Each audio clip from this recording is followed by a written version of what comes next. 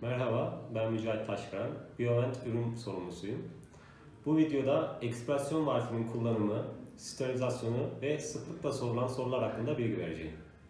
Gördüğünüz ekspresyon bloğumuz iki parçadan oluşur. Çekerek birbirinden ayrılır.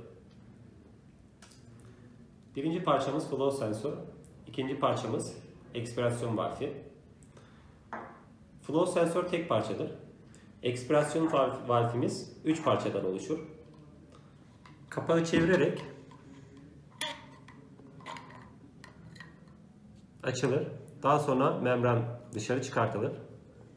Bu şekilde ekspresyon valfimiz 3 parçaya ayrılır. Sterilizasyona göndermek için ekspresyon bloğumuz öncelikle parçalara ayrılır. Daha sonra sterilizasyona gönderilir. Sterilizasyona göndermeden önce ayrıyetten dikkat etmemiz gereken kısımlar vardır. Öncelikle membranımız yumuşak bir pamuklu bez veya pamukla kabaca temizlenir. Daha sonra sterilizasyona gönderilir. Sterilizasyondan parçalar bu şekilde döner. Daha sonra birleşim yapılır. Birleşimi yapmak için öncelikle membranımız ekspresyon valfi kapağına çentikler uygun gelecek şekilde takılır. Membran takıldıktan sonra kapağın üzerinden düşmediğinden ve rahat hareket ettiğinden emin olunur. Daha sonra kapak ekspresyon valfine çok sıkı olmadan döndürülerek takılır.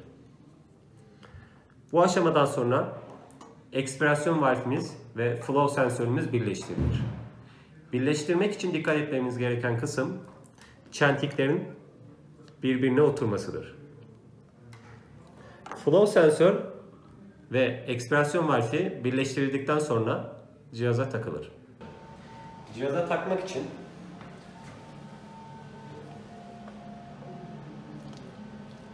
borular deliklere denk gelecek şekilde yerine yerleştirilir ve hafifçe itilir.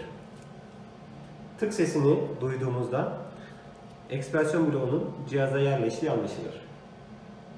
Aynı şekilde ekspresyon bloğumuzu sökmek için siyah tuşa basılır ve kendinize doğru blok çekilir. Bu şekilde ekspresyon bloğu cihazdan ayrılır. Sterilizasyondan gelen ekspresyon bloğu cihaza takıldıktan sonra cihaz kalibrasyonları yapılır, daha sonra kullanılır.